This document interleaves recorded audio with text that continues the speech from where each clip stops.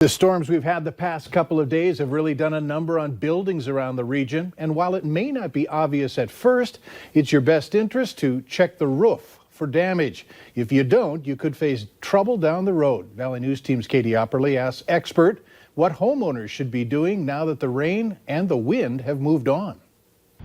Local home inspectors in the Fargo area warn that severe weather can wreak havoc on your home.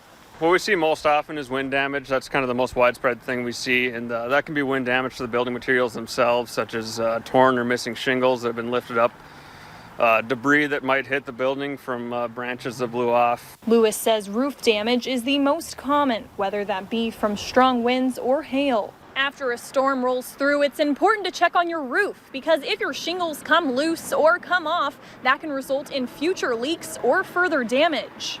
Water in buildings are mortal enemies. Anytime you get water into a building, it's going to cause, you can have mold, mildew issues, water damage to the finished materials inside, or even water damage to things you have stored inside the house. Being proactive can stop more damage from happening. Most of the time you can see the roof from the ground. You don't even need to get up on the roof to see wind damage. Most of the time you can take a good pair of binoculars, walk around, and just anything that looks abnormal or out of place, if it looks like there's an area where the shingles have moved or there might be a missing patch of shingles, that's a good time to have an expert come out. You can also check that roof turbines and equipment haven't come loose. Lewis recommends while you walk around your home, make sure that your gutters are clear and pointing water away from your home. He says another common problem after storms is water pooling around your house. In Fargo, Katie Opperly, Valley News Live.